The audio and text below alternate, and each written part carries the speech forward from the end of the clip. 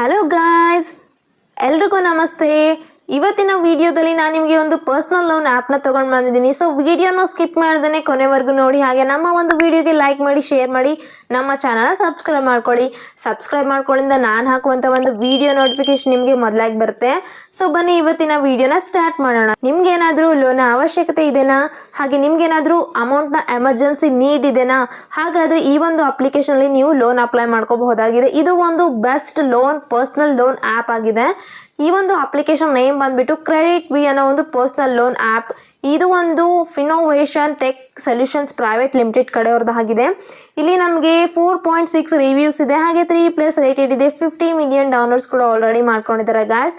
ನಿಮ್ಗೇನಾದರೂ personal loan ಅಥವಾ ಫೈನಾನ್ಸಲ್ಲಿ ಯಾವುದೇ ರೀತಿಯಾಗಿ ಹೆಲ್ಪ್ ಬೇಕಿತ್ತು ಅಂದರೆ ನೀವು ಈ ಒಂದು ಅಪ್ಲಿಕೇಶನಿಂದ ಯೂಸ್ ತೊಗೋಬಹುದಾಗಿದೆ. ತುಂಬಾ ಬೆನಿಫಿಟ್ ಅನ್ನೋದು ಕೂಡ ಸಿಗ್ತಾ ಇದೆ.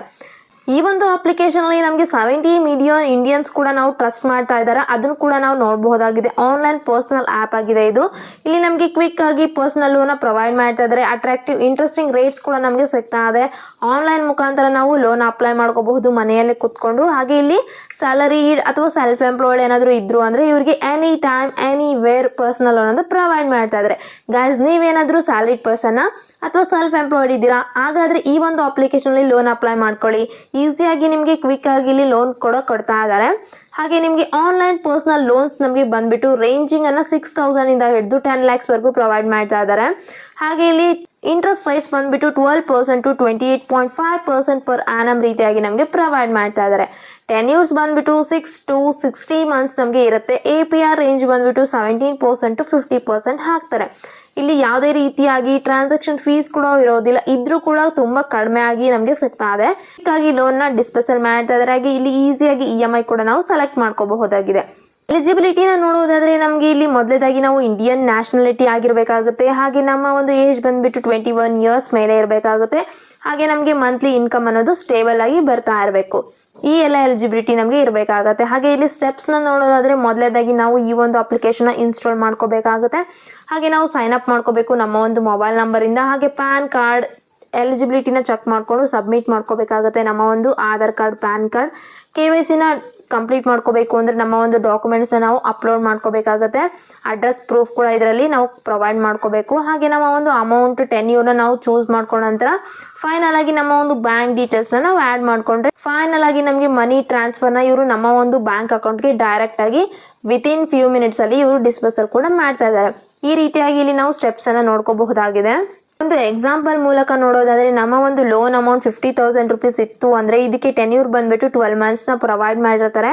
ರೇಟ್ ಆಫ್ ಇಂಟ್ರೆಸ್ಟ್ ಬಂದ್ಬಿಟ್ಟು 20% ಪರ್ ಆ್ಯನಮ್ ರೀತಿಯಾಗಿ ಪ್ರೊವೈಡ್ ಮಾಡ್ತಾರೆ. ಪ್ರೊಸೆಸಿಂಗ್ ಫೀಸ್ ಅನ್ನೋದು 1,250 ರುಪೀಸ್ ಇರುತ್ತೆ. ಆನ್ ಬೋರ್ಡಿಂಗ್ ಫೀಸ್ ಬಂದ್ಬಿಟ್ಟು ಫಾರ್ ನ್ಯೂ ಕಸ್ಟಮರ್ ಇದ್ರೆ ಮಾತ್ರ 200 ರುಪೀಸ್ನ ಆ್ಯಡ್ ಮಾಡ್ತಾರೆ. GST ಬಂದ್ಬಿಟ್ಟು ನಮಗೆ 261 ಇರುತ್ತೆ ಪ್ರೊಸೆಸಿಂಗ್ ಫೀಸ್ ಮೇಲೆ. ಹಾಗೆ ಟೋಟಲ್ ಇಂಟ್ರೆಸ್ಟ್ ನಮಗೆ 5,580 ರುಪೀಸ್ ಆಗುತ್ತೆ.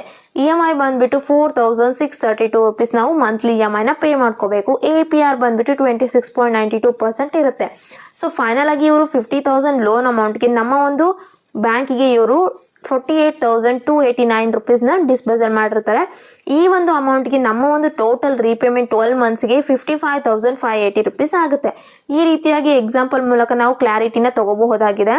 ಬನ್ನಿ ಗಾಯ್ಸ್, ಈ ಒಂದು ಅಪ್ಲಿಕೇಶನ್ ಓಪನ್ ಮಾಡ್ಕೊಳ್ಳೋಣ. ನಾನು ಡಿಸ್ಕ್ರಿಪ್ಷನಲ್ಲಿ ಲಿಂಕನ್ನು ಕೊಟ್ಟಿರ್ತೀನಿ. ನೀವು ಆ ಲಿಂಕನ್ನು ಕ್ಲಿಕ್ ಮಾಡಿಕೊಂಡ್ರೆ ಪ್ಲೇಸ್ಟೋರಲ್ಲಿ ರೀಡೈರೆಕ್ಟರ್ ಆಗ್ತೀರಾ. ಈ ಒಂದು ಅಪ್ಲಿಕೇಶನ್ ನಿಮಗೆ ಸಿಗುತ್ತೆ. ಈ ಒಂದು ಅಪ್ಲಿಕೇಶನ್ನ ಇನ್ಸ್ಟಾಲ್ ಮಾಡಿಕೊಂಡು ಲೋನ್ ಅಪ್ಲೈ ಮಾಡ್ಕೊಳ್ಳಿ.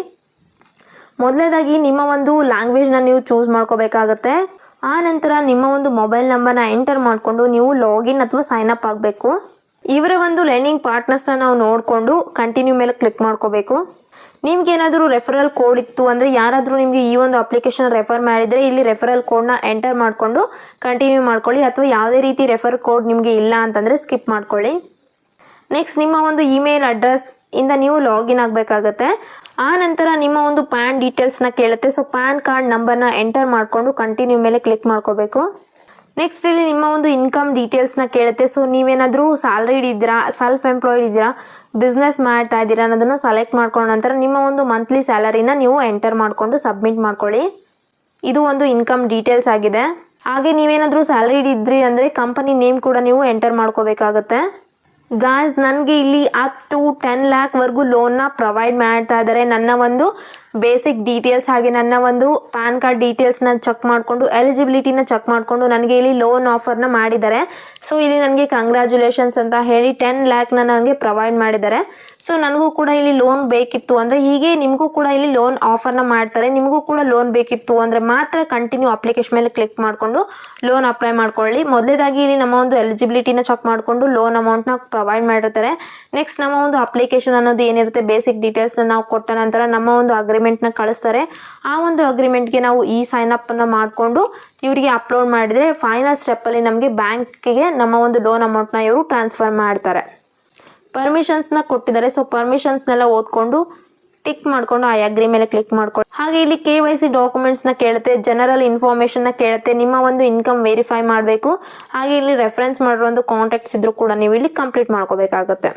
ನೆಕ್ಸ್ಟ್ ಇಲ್ಲಿ ನಿಮ್ಮ ಒಂದು KYCನ ಕಂಪ್ಲೀಟ್ ಮಾಡ್ಕೋಬೇಕು ಅಂದರೆ ಆಧಾರ್ ನಂಬರ್ನ ಎಂಟರ್ ಮಾಡಿ ಅಂತ ಹೇಳ್ತಾ ಇದೆ. ಸೊ ಆಧಾರ್ ನಂಬರ್ನ ಎಂಟರ್ ಮಾಡಿಕೊಂಡು ಸಬ್ಮಿಟ್ ಮಾಡ್ಕೊಳ್ಳಿ.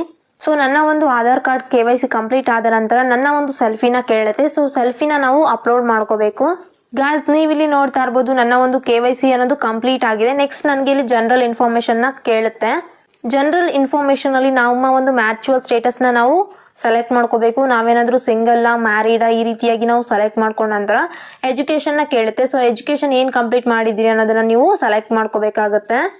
ನೀವೇನಾದರೂ ಬ್ಯಾಚುಲರ್ಸಾ ಮಾಸ್ಟರ್ಸಾ ಅಥವಾ ಡಿಪ್ಲೊಮಾ ಮುಗಿದಿದ್ದೇನಾ ಸೆಕೆಂಡರಿ ಸ್ಕೂಲ್ ಸರ್ಟಿಫಿಕೇಷನ್ ಇದೆನಾ ನಿಮಗೆ ಇದನ್ನು ನೀವು ಸೆಲೆಕ್ಟ್ ಮಾಡ್ಕೋಬೇಕಾಗತ್ತೆ. ಹಾಗೆ ಇಲ್ಲಿ ನಿಮ್ಮ ಒಂದು ಪ್ರೊಫೆಷನ್ನ ನೀವು ಸೆಲೆಕ್ಟ್ ಮಾಡ್ಕೋಬೇಕು. ಪ್ರೈವೇಟ್ ಇದ್ದೀರಾ ಅಥವಾ architecture, auto driver, bank employee ಈ ರೀತಿಯಾಗಿ ನೀವು ಸೆಲೆಕ್ಟ್ ಮಾಡ್ಕೋಬೇಕಾಗತ್ತೆ. ಆನಂತರ ನಿಮ್ಮದು ಟೈಪ್ ಆಫ್ ರೆಸಿಡೆನ್ಸ್ನ ಕೇಳುತ್ತೆ. ಇಲ್ಲಿ ನಿಮ್ಮ ಟೈಪ್ಸ್ ಆಫ್ ರೆಸಿಡೆನ್ಸ್ ನೀವು ಯಾವ ರೀತಿಯಾಗಿ ನೀವು ವಾಸ ಮಾಡ್ತಾ ಇದ್ದೀರಾ ಅಂದರೆ ರೆಂಟೆಡಲ್ಲಿ ಬಾಡಿಗೆನಲ್ಲಿ ಇದ್ದೀರಾ, ಓನ್ಡ್ ಇದ್ದೀರಾ, ಸ್ವಂತ ಇದೆನಾ, PGನಲ್ಲಿ ಇದ್ದೀರಾ ಅನ್ನೋದನ್ನು ಸೆಲೆಕ್ಟ್ ಮಾಡ್ಕೋಬೇಕು. ಸೆಲೆಕ್ಟ್ ಮಾಡ್ಕೊಂಡ ನಂತರ ನೀವು ಕಂಟಿನ್ಯೂ ಮೇಲೆ ಕ್ಲಿಕ್ ಮಾಡ್ಕೊಳ್ಳಿ. ಗಾಯ್ಸ್ ಇಲ್ಲಿ ಕೂಡ ನನ್ನ ಜನರಲ್ ಇನ್ಫಾರ್ಮೇಷನ್ ಅನ್ನೋದು ಕಂಪ್ಲೀಟ್ ಆಗಿದೆ. ಫೈನಲ್ ಆಗಿ ವೆರಿಫೈ ಇನ್ಕಮ್, ನಮ್ಮ ಒಂದು ಇನ್ಕಮ್ನ ಇವರು ವೆರಿಫೈ ಮಾಡ್ತಾರೆ. ನನ್ನ ಒಂದು ಇನ್ಕಮ್ ಕೂಡ ಇವರು ವೆರಿಫೈ ಮಾಡಿದ್ದಾರೆ. ಇಲ್ಲಿ ನಮಗೆ ರೆಫರೆನ್ಸ್ ಮಾಡಿರೋ ಒಂದು ಕಾಂಟ್ಯಾಕ್ಟ್ನ ಇಲ್ಲಿ ಕೇಳುತ್ತೆ. ಸೊ ನಿಮಗೆ ಮದರ್ ಅಥವಾ ಫಾದರ್ ಅಥವಾ ಸ್ಪಾನ್ಸ್ ಯಾರು ನಿಮಗೆ ಇದು ರೆಫರ್ ಮಾಡಿದ್ದಾರೆ ಅದನ್ನು ಸೆಲೆಕ್ಟ್ ಮಾಡ್ಕೋಬೇಕಾಗತ್ತೆ. ಹಾಗೆ ಇಲ್ಲಿ ನಿಮ್ಮ ಒಂದು ಮದರ್ ನೇಮ್ನ ಎಂಟರ್ ಮಾಡಿದ ನಂತರ ಅವರ ಒಂದು ಫೋನ್ ನಂಬರ್ ಹಾಗೆ ಇಲ್ಲಿ ಫ್ರೆಂಡ್ ರೆಫರೆನ್ಸ್ ಫೋನ್ ನಂಬರ್ ಈ ರೀತಿಯಾಗಿ ನಮಗೆ ಪ್ರೊವೈಡ್ ಮಾಡ್ತಾರೆ. ಇದನ್ನು ನಾವು ಎಂಟರ್ ಮಾಡ್ಕೋಬೇಕು. ಸೊ ನನ್ನ ಎಲ್ಲ ಸ್ಟೆಪ್ಸ್ ಅನ್ನೋದು ಕಂಪ್ಲೀಟ್ ಆಗಿದೆ. ಕಂಪ್ಲೀಟ್ ಆದ ನಂತರ ನನಗೆ ಅಗ್ರಿಮೆಂಟ್ನ ಕಳಿಸಿರ್ತಾರೆ. ಸೊ ಅಗ್ರಿಮೆಂಟ್ನ ನಾನು ಸೈನ್ ಮಾಡಿಕೊಂಡು ಅಪ್ಲೋಡ್ ಮಾಡ್ಕೊಂಡಿದ್ದೀನಿ. ಫೈನಲ್ ಆಗಿ ನನಗೆ ವಿತಿನ್ 5 ಮಿನಿಟ್ಸಲ್ಲಿ ಇಲ್ಲಿ ಲೋನ್ ಪ್ರೊವೈಡ್ ಮಾಡ್ತಾ ಇದ್ದಾರೆ. ಸೊ ನಿಮಗೂ ಕೂಡ ಲೋನ್ ಬೇಕಿತ್ತು ಅಂದರೆ ನಾನು ತೋರಿಸಿರೋ ಒಂದು ಸ್ಟೆಪ್ಸ್ನ ಫಾಲೋ ಅಪ್ ಮಾಡ್ಕೊಳ್ಳಿ. ಫಾಲೋ ಅಪ್ ಮಾಡ್ಕೊಂಡ ನಂತರ ನೀವು ಲೋನ್ ಅಪ್ಲೈ ಮಾಡಿಕೊಂಡ್ರೆ ನಿಮಗೂ ಕೂಡ ಇಲ್ಲಿ ಖಂಡಿತವಾಗ್ಲೂ ಲೋನ್ ಅನ್ನೋದು ಸಿಕ್ಕೇ ಸಿಗುತ್ತೆ ಗಾಯ್ಸ್. ಸೊ ನೋಡಿದ್ರಲ್ವ ಯಾವ ರೀತಿಯಾಗಿ ಇಲ್ಲಿ ನಾವು ಲೋನ್ ಅಪ್ಲೈ ಮಾಡ್ಕೋಬೇಕು, ಏನು ಎಲಿಜಿಬಿಲಿಟಿ ಇರಬೇಕಾಗುತ್ತೆ, ಯಾವ ರೀತಿಯಾಗಿ ನಾವು KYCನ ಕಂಪ್ಲೀಟ್ ಮಾಡಿಕೊಂಡು ನಮ್ಮ ಒಂದು ಪರ್ಸ್ನಲ್ ಡೀಟೇಲ್ಸ್ನ ನಾವು ಕೊಡಬೇಕಾಗತ್ತೆ ಅಂತ. ಸೊ ನಿಮಗೂ ಕೂಡ ಇದೇ ರೀತಿಯಾಗಿ ಲೋನ್ ಬೇಕಿತ್ತು ಅಂದರೆ ಲೋನ್ ಅಪ್ಲೈ ಮಾಡ್ಕೊಳ್ಳಿ ಅಂತ ಹೇಳ್ತಾ ಇವತ್ತಿನ ಒಂದು ವಿಡಿಯೋನ ಮುಗಿಸ್ತಾ ಇದ್ದೀನಿ. ವಿಡಿಯೋ ಇಷ್ಟ ಆಗಿದ್ರೆ ವಿಡಿಯೋಗೆ ಲೈಕ್ ಮಾಡಿ, ಶೇರ್ ಮಾಡಿ, ನಮ್ಮ ಚಾನಲ್ನ ಸಬ್ಸ್ಕ್ರೈಬ್ ಮಾಡ್ಕೊಳ್ಳಿ. ನಾನು ಮತ್ತೆ ಮುಂದಿನ ವಿಡಿಯೋದಲ್ಲಿ ಸಿಗ್ತೀನಿ. ಬಾಯ್.